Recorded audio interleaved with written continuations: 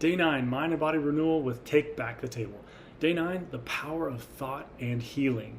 The Bible teaches that our thoughts have great power. The Apostle Paul reminds us in Philippians 4:8 to focus on whatever is true, noble, right, pure, lovely, admirable, excellent, and praiseworthy.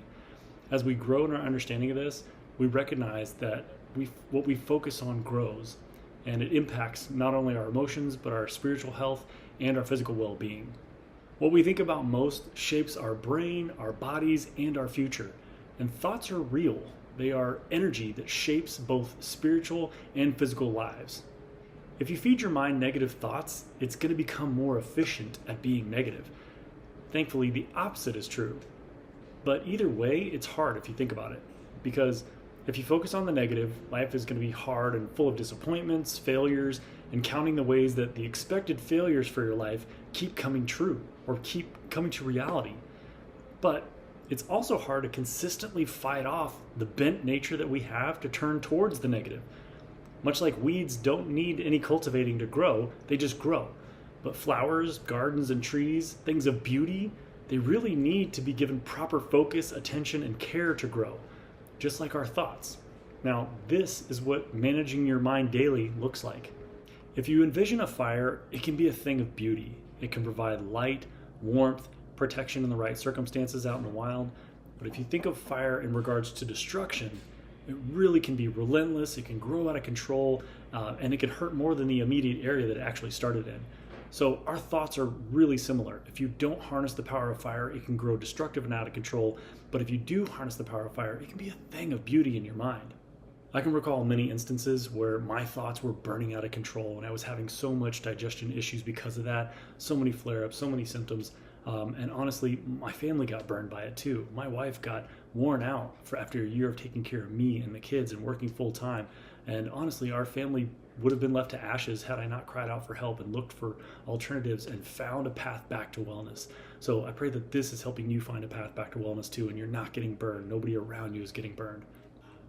Positive thoughts rooted in faith encourage healing, peace, and resilience.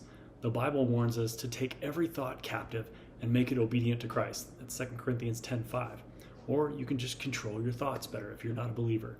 But we are called to be intentional about our thoughts, with cultivating them because they influence our lives. And the Bible teaches that when we focus on the things above, on God's goodness, His mercy, grace, faithfulness, well, then we invite peace into our hearts, which ultimately supports physical health. As you work on your mental health through this renewal process, remember that your physical and emotional states are interconnected. Stress, anxiety, negative thought patterns can worsen symptoms of digestive diseases like IBS, UC, Crohn's, acid reflux. Nurturing those positive faith-based thoughts can lead to healing. As we renew our minds, we open ourselves up to recovery, not just mental, but physical as well. Our centering exercise for today is on compassion. My favorite characteristic of God, or of anybody for that matter, is hands down compassion. So today we practice compassion both for yourself and for others. The Bible calls us to be compassionate as the Lord is compassionate with us, Colossians 3:12. Compassion activates the parasympathetic nervous system, which promotes relaxation, decreases inflammation, and improves immune function, key factors in helping your digestive disease. So what I want you to do now is sit comfortably and close your eyes. Take 3 deep breaths, slowly inhale, slowly exhale, and then say to yourself, I am a child of God, and He is with me in my struggles. I am worthy of healing. And now I want you to think of somebody else in your life that needs peace or compassion and send them a compassionate thought. Say something like, may, fill in the blank, the name of that person, be filled with peace, love, and healing. And then lastly, send some compassion to yourself. Lord, I accept that healing takes time, and I choose to be kind to myself in this process. Step 1, be still. Today, I want you to gather awareness of the power of your thoughts. Reflect on how much energy you've been giving to negative thoughts. Just as we water plants to make it grow, we're choosing to nourish our thoughts with energy, and that instructs that thought whether to grow or to wither. So I want you to reflect on this and write down your answers. How has the toxic thought been growing? Have you been transferring energy from negative thoughts to a healthier, more positive perspective? What is God's truth about this situation that you can focus on instead of negative thoughts?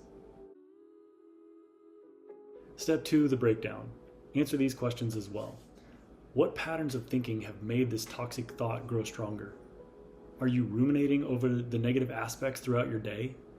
What protocol can you put in place to change these patterns? What is the effects of the thoughts on your body, specifically your digestive disease? Have you noticed how stress or negative thoughts make your symptoms worse? What changes can you make in your mindset to ease your physical pain? Let me give you an example. So maybe your toxic thought is, I'm never going to get better. Well, your new protocol can be to go to a verse like Jeremiah 29:11, which says, "For I know the plans I have for you, the plans to prosper you and not to harm you, plans to give you a hope and a future." And then I want you to take a couple breaths. Fast in, slow out, 3 to 5 times, and then get back at your day. Step 3, renewal. Look at your past journal entries. Have you begun to see how your past could be seen in a positive light? How might your perspective be changing? How can you continue to shift this perspective towards healing and hope? What actions can you take to reinforce this new perspective? Step 4, go, take action. So it's kind of a two-parter today. The first one, I want you to be conscious of when toxic thoughts appear in your day and see them like the filth they are. They stain your clothes, they leave you smelly, nobody wants to be around them. Now, just imagine taking those clothes off and placing it in your laundry basket to deal with tomorrow. Now, this is not ignoring the fact that you have laundry, it's simply making a choice to take off and remove the source of today's stench. And then number 2, I want you to practice compassion. Notice that when you smile at someone, they usually tend to smile back. It's the golden rule. Treat others as you would have them treat you. And this is the way of Christ, honestly. He calls us to be lights in a world, Matthew 5:14. So bring some light to somebody and you'll see some light in return. Food action step week 2. Continue using that food logging template. And today, if you get caught frequently out while you're busy using fast food as your source of food, well, start to pack a lunch or search out some good snacks that are sustainable and nutritious and they travel well. Some examples would be whole fruits or dehydrated fruits, vegetables, nuts, seeds, plant-based minimal ingredient protein shakes. And as a bonus, if you haven't started researching healthier choices, companies, or alternatives, start now. If you have Instagram, Facebook, YouTube, you can look up channels like Bobby Parrish. He gives alternatives while shopping at stores like Costco. Check out BioLane. It's Lane Norton. He's a brilliant mind from Harvard who gives the truth about nutrition and the studies that have been done on it. You can check out Fit Healthy Recipes for a wide variety of quick and simple dinners. Just enter keywords like IBS, quick, simple, anti-inflammatory, recipes. They'll all come up with great alternative choices or simple recipes that you can use throughout your week. Your fitness action step for today is to set a SMART goal specific to you. Let me give you an example and you can use it and tweak it however you want. But my example would be that I'm a 45-year-old male. I want to gain 10 pounds of muscle over 10 months by doing resistance training 3 days a week and cardio 2 days a week, and I want to cook most of my meals at home or take them with me 80% of the time. Now, it's specific because it was 10 pounds, it's measurable because you can track it in pounds, it's achievable because 10 months is an appropriate amount of time because you can gain about 1 pound of muscle easily in a month's time. It's realistic because you're taking into account that there's no mention of disabilities or restrictions or constraints. So that makes it realistic. Now, if I was to say something crazy like, I want to gain 10 pounds of muscle in 2 days by having Dwayne Johnson come personally train me every day, well, it wouldn't be realistic. He's kind of a busy guy. And to gain 10 pounds of muscle in 2 days, it's not really possible. So again, it's got to be timely. In that 10-month period would be a great time frame to gain 10 pounds of muscle. So go ahead and make your SMART goal right now specific to what you want to attain. It can involve, less symptoms or cooking meals more or whatever you want, but make it a SMART goal specific to you.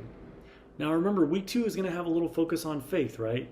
We've been exercising that faith in doing this program and believing that the results are going to be healing. But I also want you to consider the faith of God, that His Word is healing balm to our soul.